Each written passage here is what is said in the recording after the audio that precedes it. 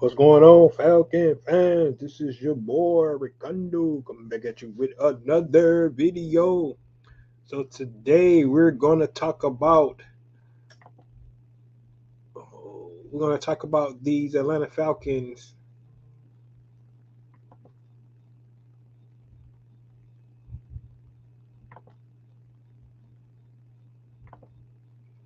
We're gonna talk about these Atlanta Falcons, guys, and the moves they made. It's a new league year. It's time to go ahead and move on to the 2026 Atlanta Falcons. We're gonna talk about the thoughts that we have on these Atlanta Falcons moving forward. Um, We'll talk about the Kirk Cousin officially being let go. Um, talk about players added today, that agreed today. We'll talk about another player that we lost, which was, played a big role for Atlanta Falcons in the last 3 years. And then we're going to talk about the new regime strategy and, how is it work and what we're looking like and what we're planning on be looking like moving forward. And then, at last but not least, we're going to get another James Pierce Jr. update where it keeps getting worse and worse for the young man. So, guys, with that being said, if you have not already, go ahead and please subscribe to the channel.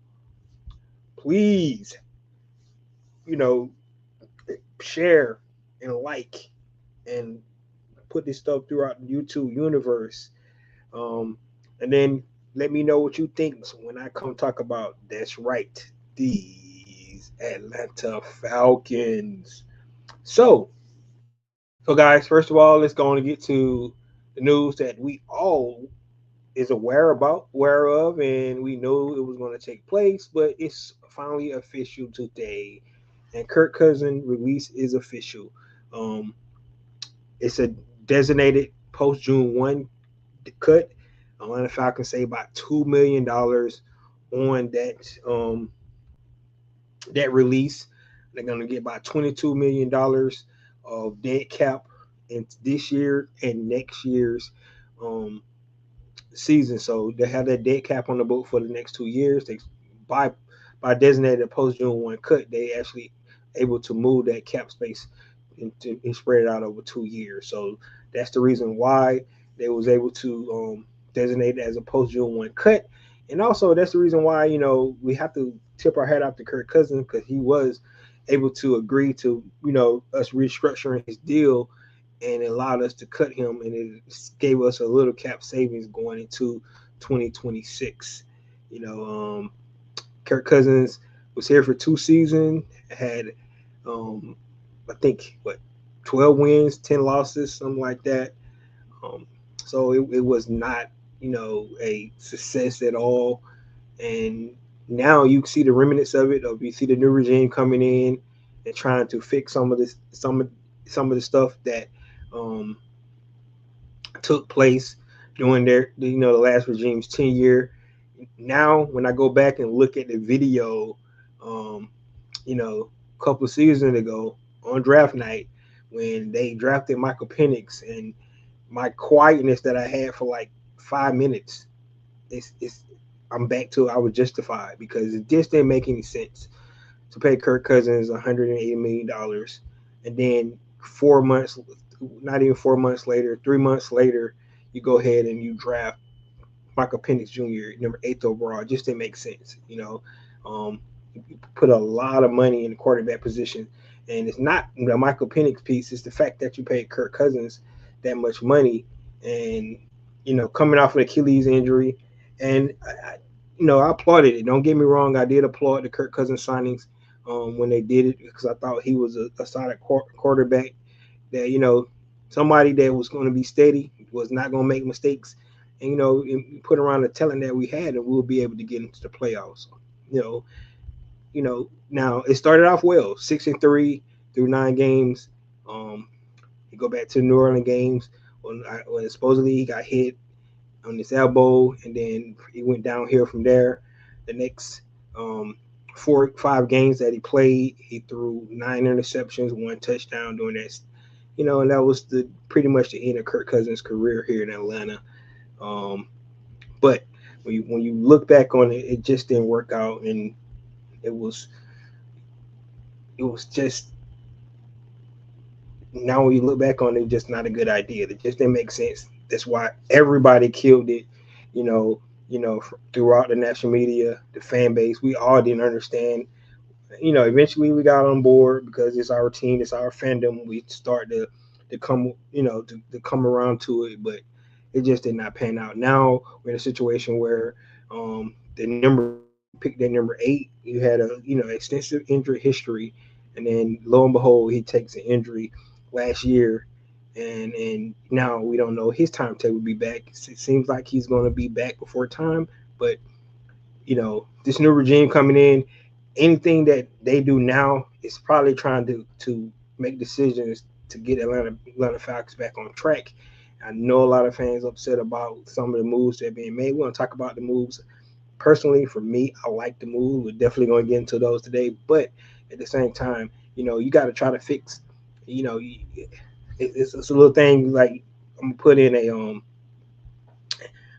put in a memorandum to the record, right? Put a memorandum to the record in, like before this date, all that stuff that's on the books. It ain't my fault, right? I wasn't here during that time, right? So now you can blame me for everything else moving forward, but what's on the books before I got here, put that memorandum to the record in. It ain't my fault. So, right. Now if it's good, I'll be like, yeah, we did a good job. But if it's bad, I'm writing that down. Say, no, that's not me. That's not me. That's not me. That's not me. Right. So pretty much that's how you look at it with the Kirk Cousins signing. But he's official. The other two guys that they had released, Cardell Hodge and Darnell Mooney, those guys were released prior to today. So that's why that we didn't get a recent. We actually got news on those guys actually on Monday about their release, right? Because they did those before post June 1, so they went on to release those guys before the new league year. They didn't have to wait on those, but they wanted to. They had to wait to release Kirk Cousins and designate him as a post June 1 cut. So there you have it, guys. Let me know what you think about that. Let's get into some of these comments before we keep going. Um, it says nothing splashy, but we get in depth. Right. We'll talk about these moves in a minute. You say JJ making it work for them boys. We went 4 picks to 9 now. Take note of the new Falcons regime. Yep, we're going to talk about this new strategy. What's happening, Ricondo? And what's we got this? Off topic base reports the Falcons should James Pierce Jr. get worse day by day. Yeah, we're going to talk about James Pierce at the end. I'm trying to say the bad stuff to the last. So appreciate it for throwing that in. Ian has been cooking. He's getting all these Bulldog players from Georgia. I like that Bulldog player Aziz.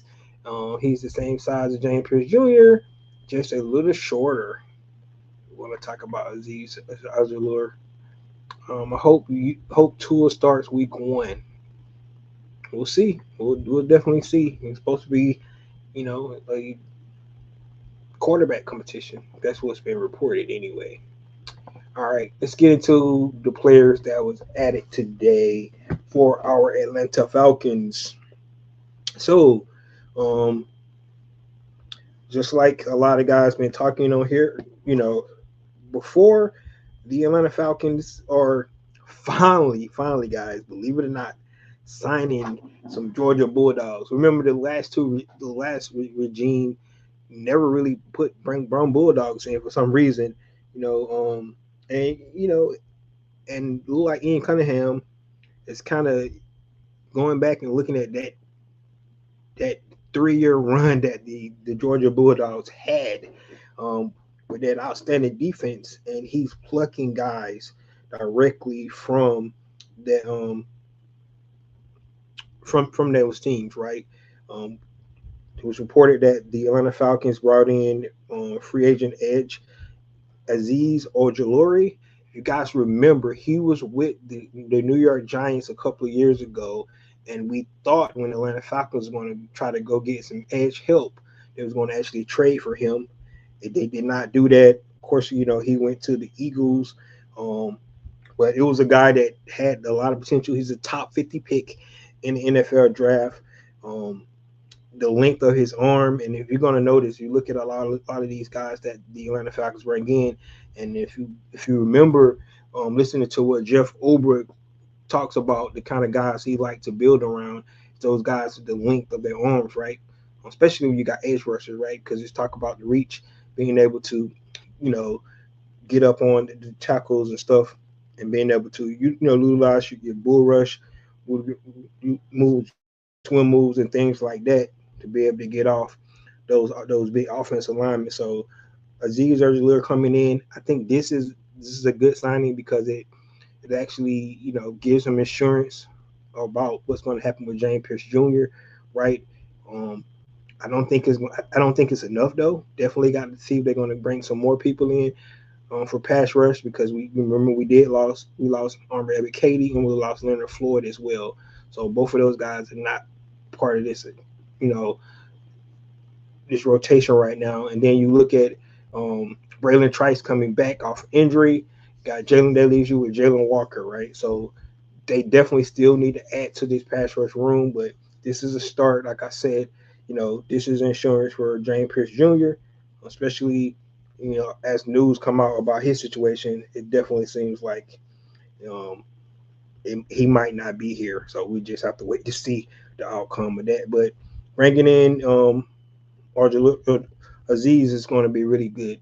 Bringing back Bulldogs home, bring these guys back and see if they could, strike up some of that magic they had during their national championship run. The Atlanta Falcons also signed Channing Tindall, another Georgia Bulldog. He played on the other side of Nakobe Dean. If you go back and look at some of those highlights for those, this guy is speed, speed, speed, speed. And we're talking about speed. If you look at the the linebackers that's currently on the Atlanta Falcons roster right now. You got Devon Diablo, who ran a 4.4 um, at the combine. You got Harris. We talked about Harris signing him. He runs a 4.4 as well. Channing Tindall is another guy that runs a 4.4. And then, of course, we got Troy Anderson, who's coming back, running a 4.4. All those guys are fast, right? If you go back and look at how Jeff Ulbrich want to play. He want guys that be able to go from sideline to sideline, right? Rangy, long arm guys that could brush the passer. This is the kind of the linebacker core that we got right now, right? So this is adding depth to that linebacker room. I thought this was one of the needs for the Atlanta Falcons. Yes, we did lose Kay Nevis. We're going to talk about him in just a minute, but bringing in more depth to this linebacker room is huge, and the prototype of the guys they're bringing in is huge as well. Guys that's rangy, that should be able to cover with their speed. Tyndall, Troy Anderson, Harris, and Diablo, all those guys are long and fast, right? And we should be able to read and react, utilize your speed, sideline to sideline. I like all these pickups they have made so far from the linebacker position. The next guy they brought in that agreed to a deal was defensive lineman Chris Williams. This is a depth rotation guy from the Chicago Bears D lineman. This guy is 6'2", 300 pounds. Played about 30 games for Chicago over the last 2 seasons. About 4 sacks during that time. But this is a guy that can eat up blocks. This will allow some of those linebackers, those fast linebackers that is going to be playing behind him, to come up and make plays, right? Because you want somebody that's this big, but this is a depth piece, right? This is probably, fill in for losing out on Contavious Street. Actually, it can look like Contavious Street with the Chicago Bears. So it's like we kind of swap, rotational defensive tackles between Chicago and Atlanta Falcons, because Contavious Street signed a contract with the Bears, and Chris Williams signed a contract with the Atlanta Falcons. So kudos to him coming in. This is another guy that's going to be a depth piece for the Atlanta Falcons. And we was wondering where we were going to start to get some trench guys, at the defensive front. and he's the first guy that they decide to bring in. Going over to the offensive side of the ball, the Atlanta Falcons are signing center Corey Levin to a 1 year deal. Levin is from Georgia, right? And he worked on the O line with guess who? Bill Callahan. And he was with Tennessee Titans. So bring somebody in that Bill Callahan is real familiar with. We only had one center on the roster, so it only makes sense to bring in some depth at that position. And you never know, might be competition for Ryan Newsel, right? He's a little bit bigger than Ryan Newsel. We know Ryan Newsel is a smaller, really really athletic center, but if you know anything about Kevin Stefanski offensive line, a lot of those guys are huge, right? And Bill Callahan, they might like bigger offensive linemen. So we definitely have to look at that and see if it's going to be in the competition. But either way, you're adding depth to the center, bringing another center in. That's going to be really really good for the Atlanta Falcons. So trenches. That's one of the things they talked about. Um, so far, you're looking at most of the guys they signed didn't have a lot to do with the trenches, and a lot of people starting to get worried, including myself, about that. But bringing in Corey Levin is going to be huge, right?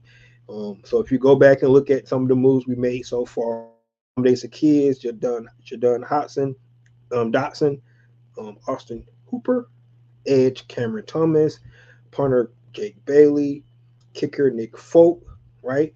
Um, center Corey Levin, Aziz Ojolore, Channing Tindall, and Chris Williams. That was who they got. Also, remember we brought back Troy Anderson. We brought him back into the fold, right? That's the moves they make so far. We're going to talk about their strategy and what I think about it, but those are a lot of moves, and it's a lot of depth added to this Atlanta Falcons team, right? Um, don't think they're done. I think they're going to definitely be able to make some more moves. Um, They were able to restructure Jake Matthews' contract today as well. We're treated about $14 million in cap space, so that's going to be big for the Atlanta Falcons to take that and be able to sign some more people. Um, they added a void year to Jake Matthews' career. We all know that Jake Matthews is definitely getting up long in the tooth, but if you know that bloodline, they played for a long time. So um, Jake Matthews has been steady. Iron Man has never missed a game in his career, which is just amazing in itself. Even after injury, he was able to come back and play on that ankle last year. So um, Jake Matthews is an Iron Man. No, not a perennial All Pro, anything like that, but just a constant pro, able to be steady and being that left tackle for Atlanta Falcons. Right, he's the only player left on the Atlanta Falcons from the 2000 Bowl. Right, so and that says about what you can think about Jake Matthews. All right, let's get into some of these comments. Before we go, Eddie says, I'm a diehard dog fan, but at one point, the majority of the D line guys don't excel at a high level in the NFL because defensive fits. These guys, the Falcons, are getting a rotation depth week to week. That's what I said. That's what I said. They're not getting guys that they want to be perimeter starters. They're getting guys to add to their room depth, right? That's and if you look at a lot of teams in the NFL, they got 22 good guys, but they don't have no depth. That's what we had with Atlanta Falcons for the last couple of years, right? But being able to add depth is huge, right? If you recall last year when Diablo went out, the defense suffered big time, right? This way you'd be able to add players in. You won't have to bring a guy like JD Bertrand in that probably only should be a special team player, but he had to play huge minutes for the Atlanta Falcons because they didn't have nobody else at the linebacker position. So depth is huge for the Atlanta Falcons. Um, but it does add some coverage. And I agree, I can't provide any details further because of what they're doing. Yep. Chris Williams is a younger Grady. I don't know about all that, but we'll see what he was able to do. right? He's a depth piece, right? They have not signed anybody that was like, man, he was a dog last year starter. So we can't not, you know, look at these positions and be like, yeah, that's going to be our starter going into next season, right? So that's the way I look at these signings so far. But it's a lot of depth, right? And now you're looking at linebacker room and you be like, okay, it's deep, right?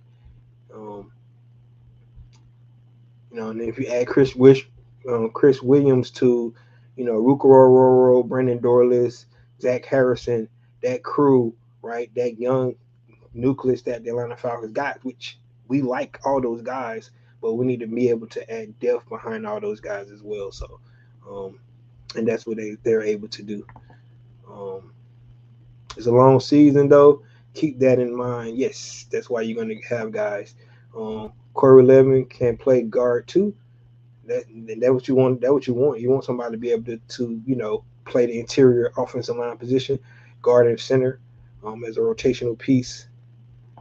Um, Eddie says, my last note is that only signing guys because they can't get a contract they want elsewhere, or they just jump in the first thing smoking. Hopefully, it works. That's the way you look at it. I look at it a different way. We're gonna talk about that strategy in just a minute. They're planning on bringing in more guys on these no cost deals, but know that some will be cut during or after training camp, basically seeing who fit and play style. I can see that. I can see that. See which NFC South team is more threatening to the Falcons this season. Right off the bat, right now, I'm thinking about the Carolina Panthers, man. I really like what the Carolina Panthers able to do. Once free agency die down, we'll do an NFC South show, talk about the moves that's been made. I usually like to make it, do that show right after the draft, but we'll do one before the draft and after the draft based off these free agency moves. So just stand by for that. All right. So we do got to talk about a player that we lost, um, Kay Nellis, right? Um, I'm not going to talk about Kay Nellis too long because, he's the enemy now. So we ain't giving him no praise. He made his choice. He go back to the Aints, do what you do, right? The only thing I can say is that he led the team in tackles the last 3 years. So the Atlanta Falcons is losing a guy that played a pivotal role for the Atlanta Falcons. You listen to the defensive coordinator; he definitely wanted him back. So this is not something that's that like not a big deal. The Atlanta Falcons really wanted some guys. I don't think actually they weren't gonna play that price. Let me take that back, but you know it is a loss for the Atlanta Falcons. So we don't want to act like it's not a loss. And currently, right now, if you look at the moves, did they really replace him? Maybe not. So that's the way you have to look at it. Um, so he's the enemy. So we're not rooting for him. We're not wishing him good luck. None of that crap, right? Going over there and get your money, man. That's all I got to say about Kate Nellis. And we're not going to talk about it too much more. All of them, all of them, if those lefty quarterbacks can't get together. You know what's funny? What's really funny about the left-handed quarterbacks? Um, we got like two of our other best players on the team is lefties too. Um, just some trivia stuff here. Bijan Robinson and Drake London are also left-handed. It's just think about that. So Bijan Robinson and Drake London are also left-handed. So we got both our quarterbacks left-handed, and two of our best offensive players are left-handed as well. So maybe it's a left-handed thing, man. I think some other players on there is left-handed too. So believe it or not, um, the Atlanta Falcons got a lot of left-handed players. Left-handed guys too. They kind of quirky, right? Because the way they think and stuff. So that's one thing to think about that. All right. So what I want to talk about now, based off the moves they have made, since Monday and today, and this go ahead and say this because what we seen yesterday, a lot of these guys have not signed yet. They have made an agreement.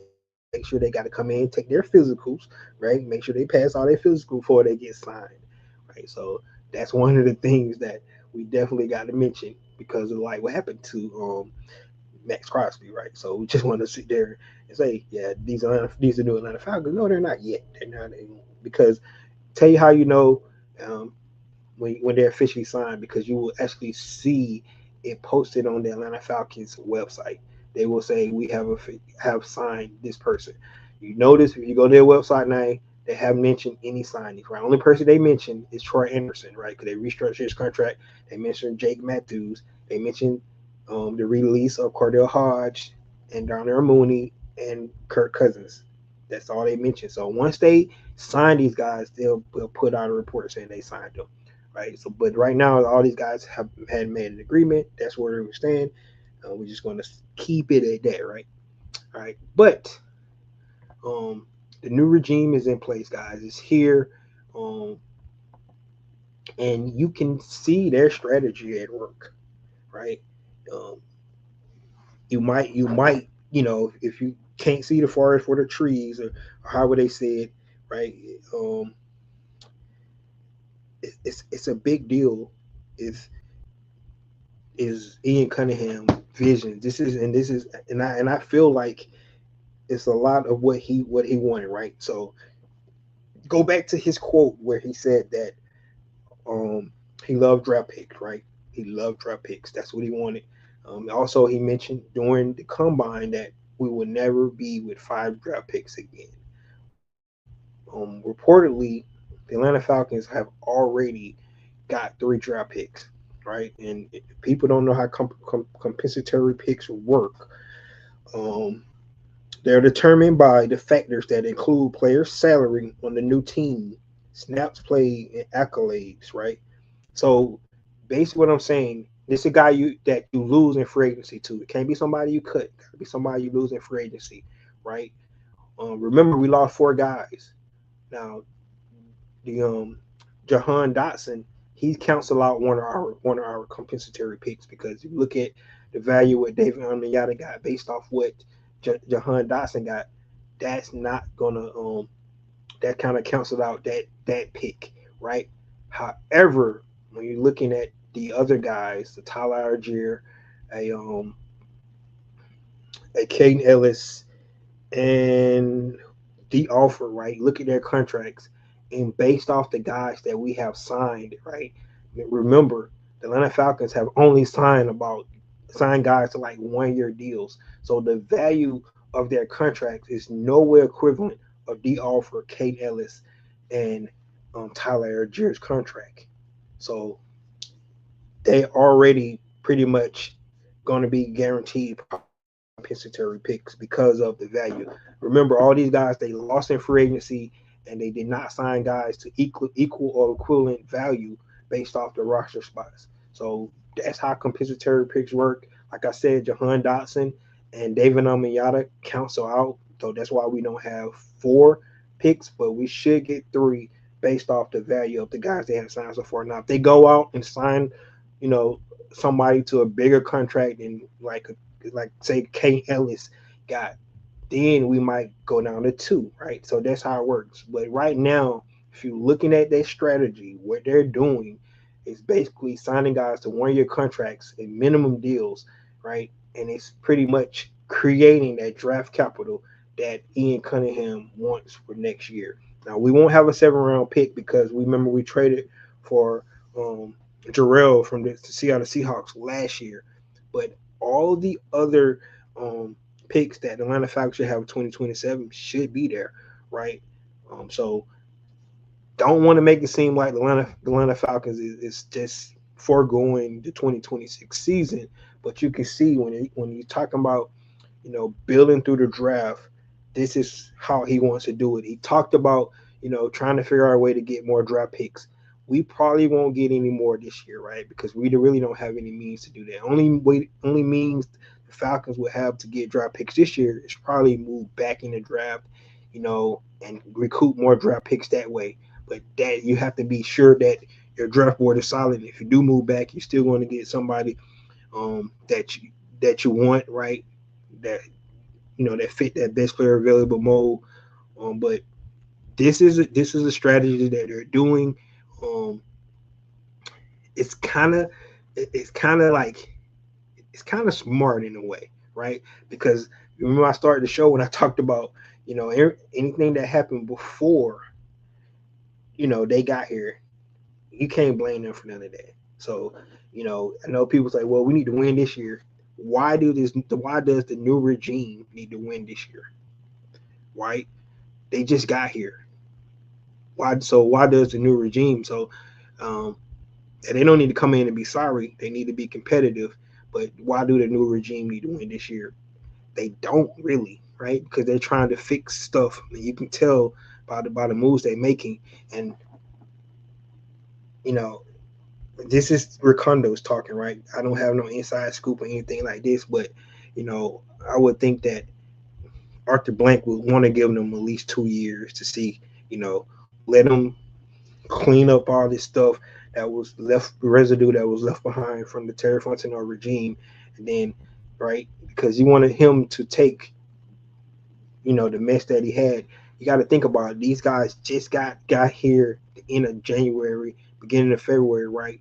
They really didn't have time to evaluate this roster like they should, to go out and make huge deals with players and don't really know what you got for your as on your team, right?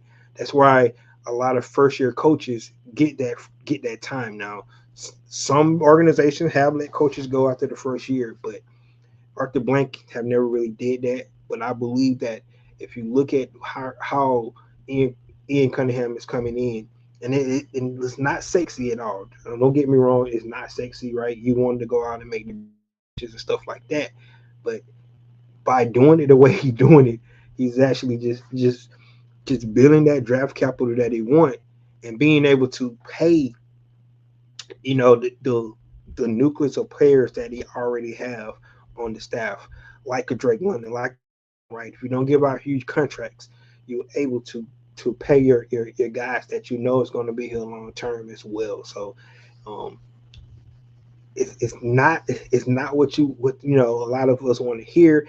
I still think the Atlanta Falcons can be competitive this year. I still think they can win the division, right? And that should be their focus.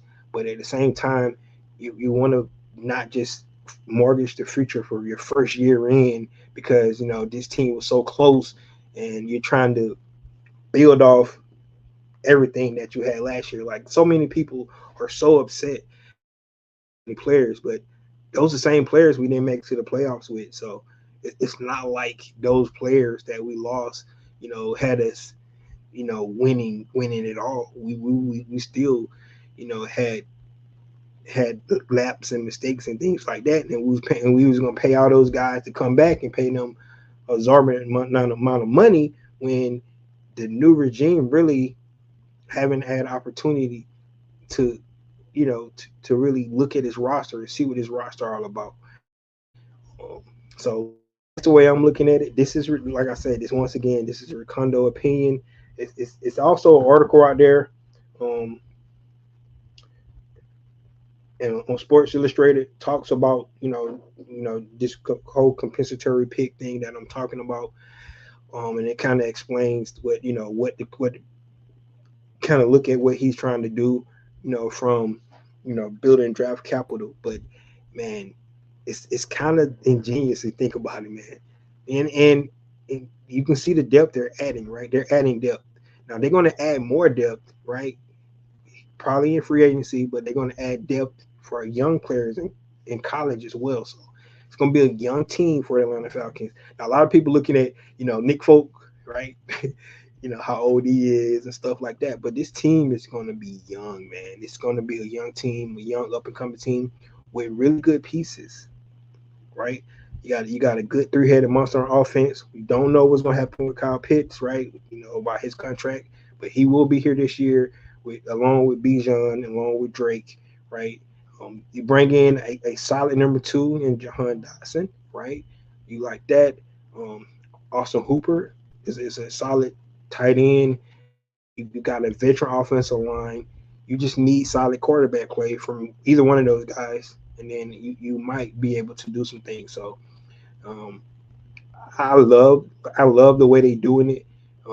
It's different. It's not what a lot of us expected, right? We thought, like we said, you add some pieces here, add some pieces there, and then this team can make a run. But basically, what you're asking Ian Cunningham to do, which you wouldn't be fair to him, is just take Terry Fontenot's team and add pieces to it and run it back, right? And that's not what they're doing. They're creating their own team, right?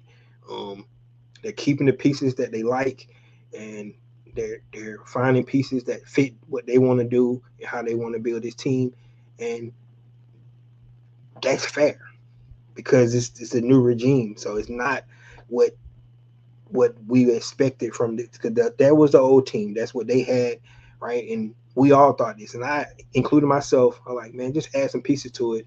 But it looks like they're going the total opposite, right? We're not bringing all those old guys back, right? They don't fit what we're trying to do moving forward, right? We're not going to pay them. Now, if they want to come back on these 1 year deals, yeah, more power to them. But no, right? So you think about it. Armor Ebiketie, right? He was a free agent. If Armor Ebiketie signs a big deal, right? Multi-year deal, that's another pick, right? Think about it. So look at it like that. Look at it like that. We could bring back Armor Ebiketie though. We could bring that because we do need pass rush help, especially with the James Pierce Jr. help. So we could bring back Leonard Floyd. Just add another Georgia boy, bring him back. Right? We could do that as well. So I'm not saying those guys not going to be back, but I'm just saying because we do need help in that position. So they definitely have opportunity to return. But um, that's their strategy. I'm interested to see what you guys think about that. Right? Are you pleased with that, or do you want them to go for the fences? Right? Um, but you can see it. I have not seen one contract except Jahan Dotson that was more than 1 year. Right? And the punter and the kicker, right? Those guys sign more than 1 year contracts. But every other player that the Atlanta Falcons have signed has been to about 1 year deal. And that tells you a lot about what they're trying to do. So um, create depth, competition for 2026. That's it. They're not looking at these guys. Now these guys pan out and you know, really do some good things this year. They can definitely get a long-term deal, but none of these guys expected, to be the future Atlanta Falcon based off the contracts they decided to give them. So, and that says a lot.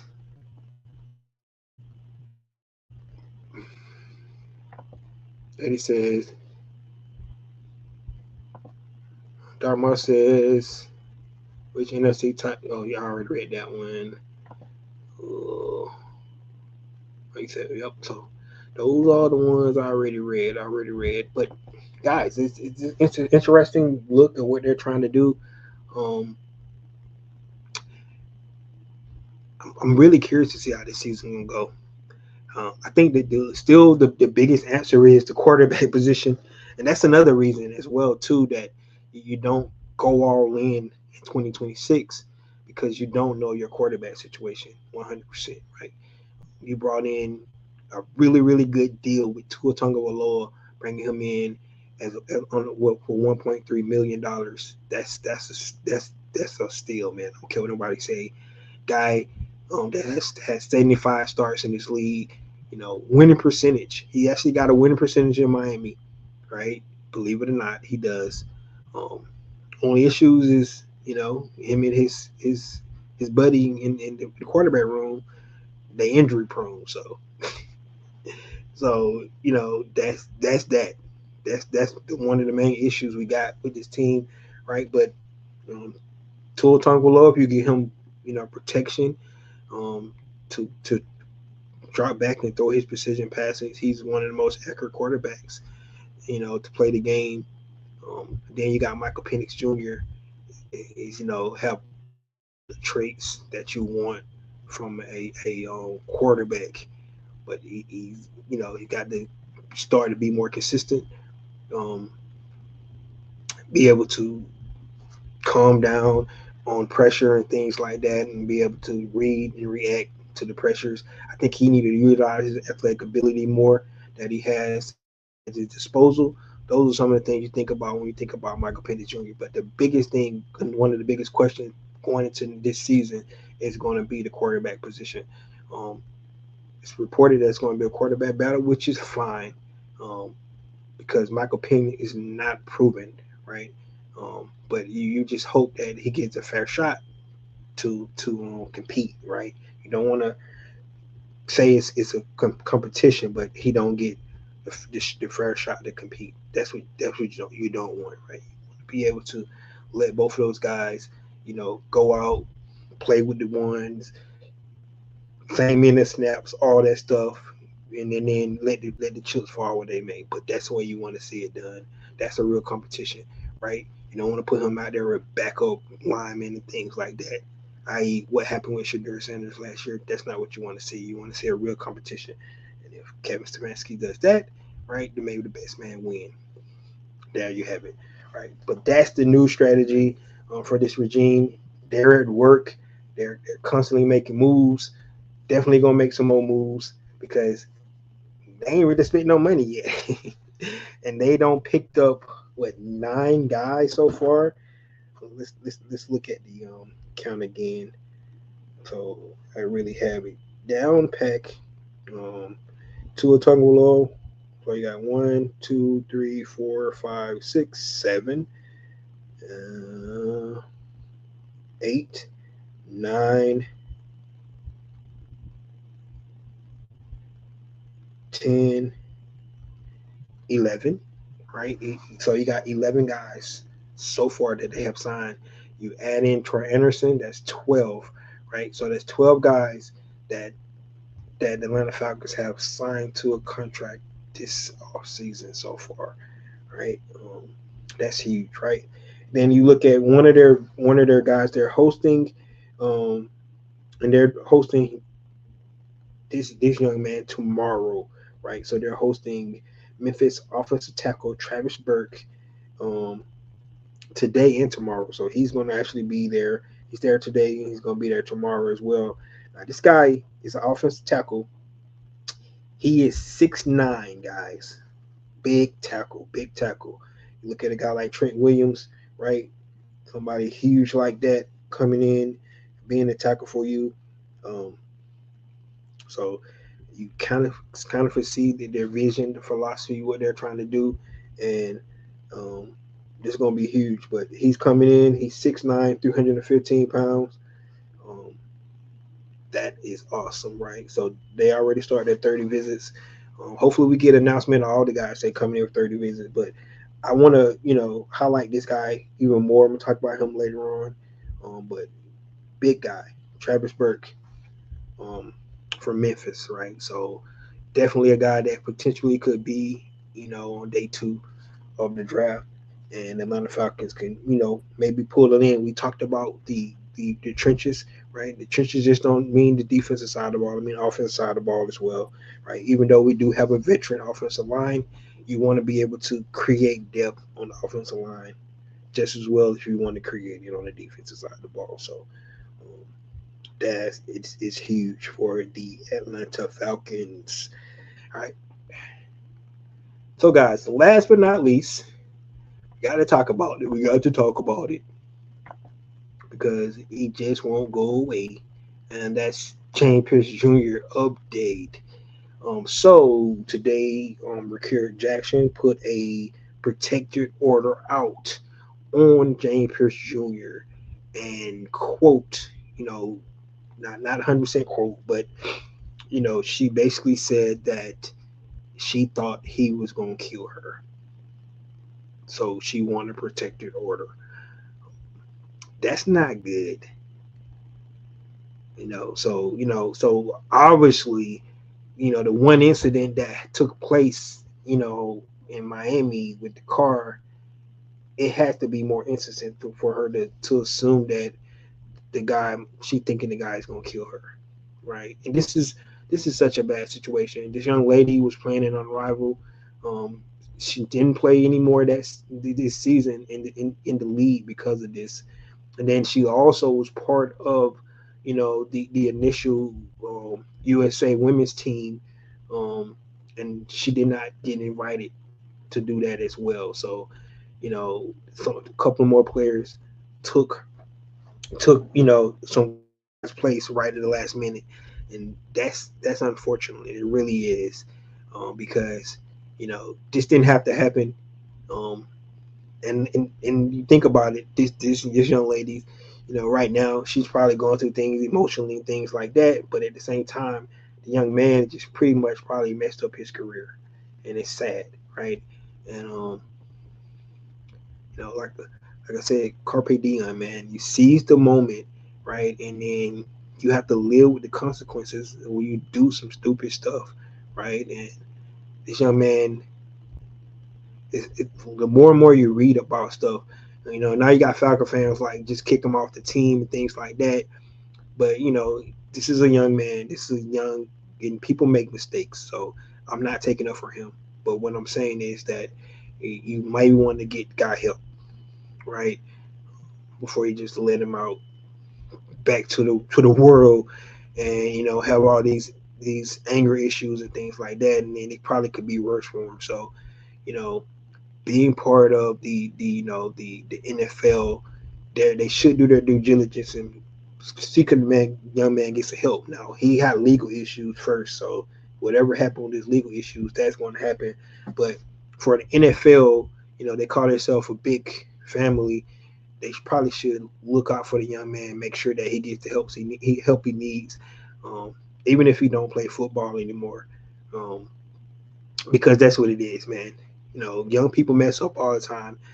I have seen situations where, we had young people that mess up, right? And before we put those people back out to the into society, into community, it's our job to make sure, we put them out with the help they needed before you put them back out there. So same thing for go for James Pierce Jr. Um, like I said, I'm not taking up for him because this whole situation is insane. What he did, I feel sorry for the young lady because she had to take a protective vow. But the more you read it, the worse it is. And go back to what happened after the Saints game, right in November when she had to call 911 a couple of times. So it's probably been happening more than we know, right? A lot more to the story than we know about what took place. And in this point in time, right, um, instead of him trying to play some football, it probably did get some help because obviously the red flags that they had on the young man coming into the draft, um, what got some validity to it now. If you look at what has transpired since he's been in the league, right? Jess was in the league over a year ago, and everybody was saying that he was dropping down the draft board because of his personality, his attitude, and things like that. Now we can say that Terry Fontenot and Raheem Morris did their due diligence. They actually went to the young man's house the night prior to the draft and talked to him and his mom, and and they probably promised the young man they was going to draft him, right? But they did not know that Jalen Walker was still going to be on the board at 15, right? And so they had to pull the trigger on him. But that's the reason why they came back into the draft in the first round because they probably had promised this young man that we're going to look out for you. We believe in you, and look what happened. Just look what happened, man. So you have to let the situation play out. But the more and more information we get about James Pierce Jr., the the worse it looks for him. Be honest with you, just don't look like you know um, he's going to come away with like a slap on the wrist. Does not look that way, right? And maybe he shouldn't, like I said, because if it's been going on this long, where the young like he's going to kill her, right? That's not a good thing. So um, get the young man help, NFL, and then see what happens from that. That's all you can do. But the Atlanta Falcons, from a football standpoint, you see the sign they did today with Aziz trying to put in place so they'll be able to sustain some of the stuff they had last year. Um, but there you go, guys. Let's see. T. Terry says JPJ is getting Miss Jackson ruined, or letting Miss Jackson ruin his career. Yeah, man. He that boy Snap. He messed up. True. Um, she's dating a white rapper guy. It's more bad than JPJ. Should have let it go. You should have let it go. Just let it go. Just like Elsa on the little cartoon. Let it go, let it go. Oh man, JPJ will get off the hook with nothing harsh in regards of her. Now that the thing is in the cops, it's different story. Even though his lawyer, who is really good, stated that he will get his client cleared. You, hey, you can say all that you want. The optics don't look good, right? Everything we're reading, we haven't read anything about her doing this and doing that. It's all been about him, right? And like I said, public opinion is a monster, right? And right now, public opinion saying that he's guilty as hell and that he's crazy, he's insane. That's basically because we haven't everything we read is like, damn man, what was going on, right? What was so intense that you know you won't just let it go. So um, they say, and his lawyer keeps saying his lawyer say a lot of sports athletes just saying real fucking cop. I'm not a cop. I mean, just because you got a good lawyer, don't mean that you can get away from. Like I said, you might be right, right? Because you know, let's be honest. He did have 10.5 sacks, and he's under the NFL shield. So we'll see, man. But no, we can't say this as we know of, right? He didn't do any bodily harm to her. I guess in her car, that's bodily harm, but like we it's no reports about him hitting her or choking her or anything like that. It's no reports about that. That might be something you could say be his saving grace, right? Because there's no reports of that kind of stuff, right? That would be really really bad if like she had bruises and all that kind of stuff. It'd really be turn take a whole nother turn even more to the in the wrong direction, right? So we don't hear that. But I mean, just running into her car, that's already considered assault with a weapon. So, um, but we'll have to just see what happens, man. Hopefully, like I said, hopefully, you know, both of these guys, both of these young people get their life back on track. Hopefully she can get past it, and then hopefully he can move on. Hopefully he can move on his career, right? Even if it's not with the Atlanta Falcons. So just throwing it out there. Says Gary Pierce Jr. must have never been to Magic City. He was lost in love. I know, man. See, if they would have had Magic City night, he probably been good to go. Damn NBA. Um, Rasheed Rice didn't look good. Yep, Rasheed Rice. Rasheed Rice. When Rasheed Rice just hit somebody, he fled. Right. It wasn't nothing about no domestic dispute and a woman saying that he thought he was gonna kill her. Right. This is it's not the same situation. This is not the same situation whatsoever. Right. Even though you can say he hurt somebody or something like this, like that's a hit and run. That's you know, but this is completely different. If you go back to the Ray Rice situation, right, and things like that, you can go back to look what happened to Chris Brown career when what happened with him and Rihanna. This is a different situation, completely different. Don't it's, so don't try to compare Rasheed Rice to this situation because it's not the same. It is not the same. Yep, you said Ray Rice. Um, Antonio Brown, another crazy domestic. Just saying. Yeah, what Antonio Brown did still don't compare to what this kid did. He hit her with his car, man. Like I'm just saying. I'm just saying, though. Trust me. Trust me. And, it's always two sides to a story, but we only hearing one side.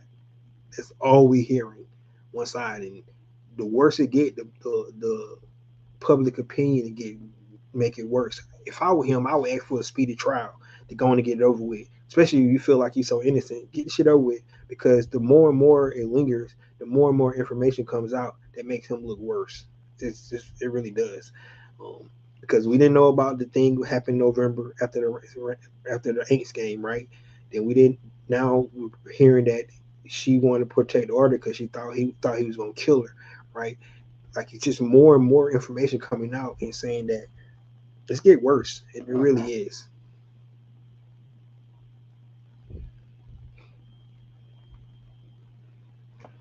You said,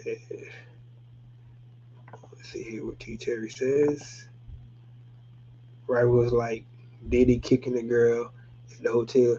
Now he Rice he like literally knocked his wife out. She was out cold. But guess what? That's why they are. You know, their situation was totally different anyway because they fought all the time. She didn't even leave him. Like you know, but he had to go get help. He apologized, things like that. But I can't remember. Did Ray Rice play in the league again? I don't think he did. I don't think Ray Rice played in the league. So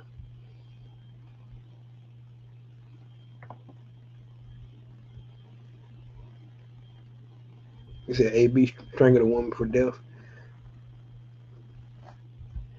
Did AB play in the league again? I don't know. Was that before the Me Too movement or after the Me Too movement? I don't know Ray. I don't know Antonio Brown's situation. I don't know it like that. I know the Ray Rice thing. Um, Obviously, Antonio Brown didn't get as much press as Ray Rice, right? And why we know so much about James Pierce Jr. because guess what?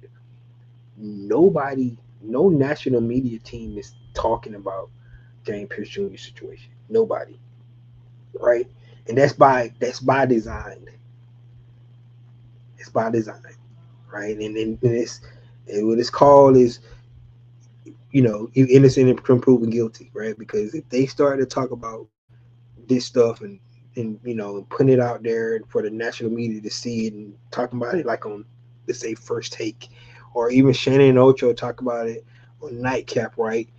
Those things it'll get out, and like I said, reading this stuff, public opinion to get even worse for him. So they're waiting until this thing get resolved, and then once it get resolved, that's when you'll hear more information from the national media. Because right now you're not hearing anything from national media about this. Um, so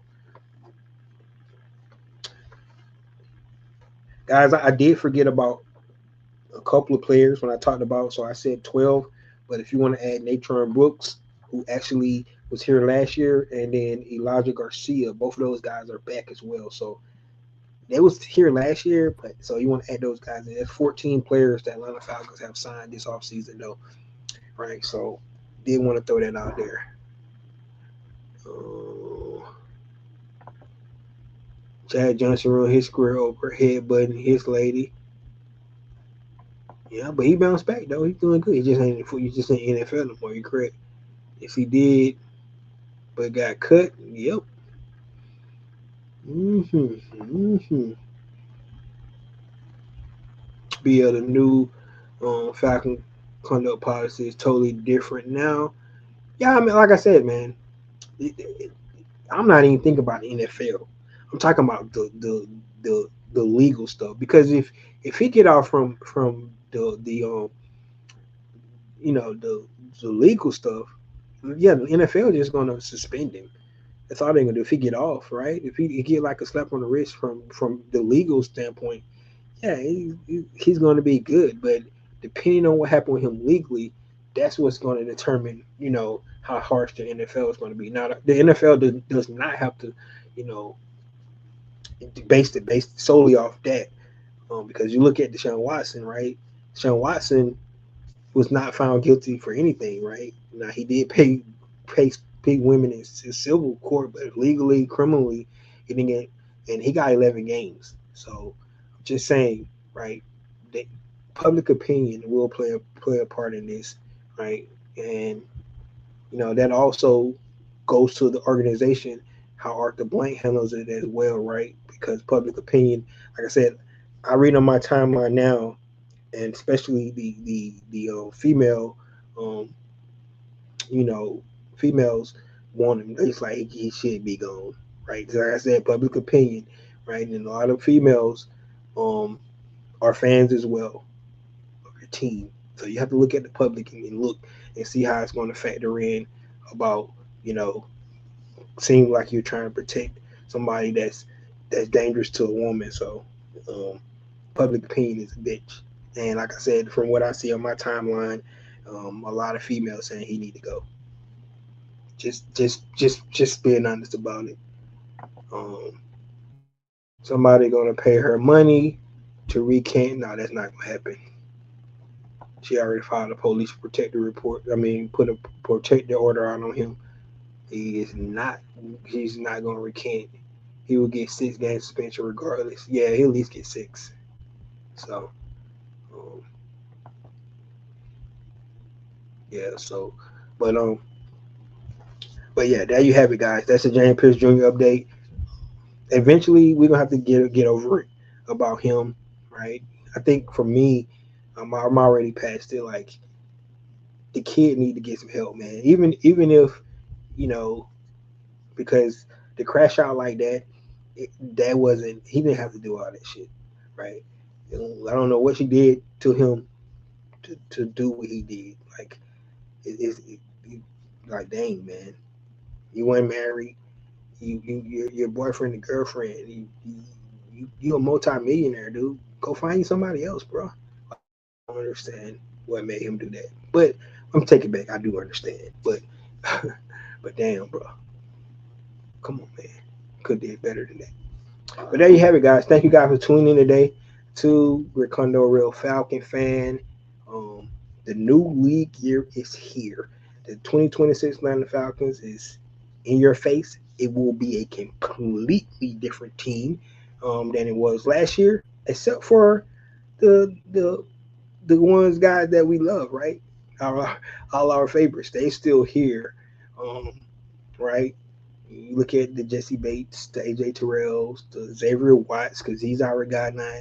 Billy Bowman is going to be back. You love what Brandon Artist was able to do. He had 8 sacks himself. Rook is coming around. Zach Harrison going to be back. He had 4.5 sacks before he went down. We finally get to see, hopefully, get to see what we're going to see out of Braylon Trice. Right.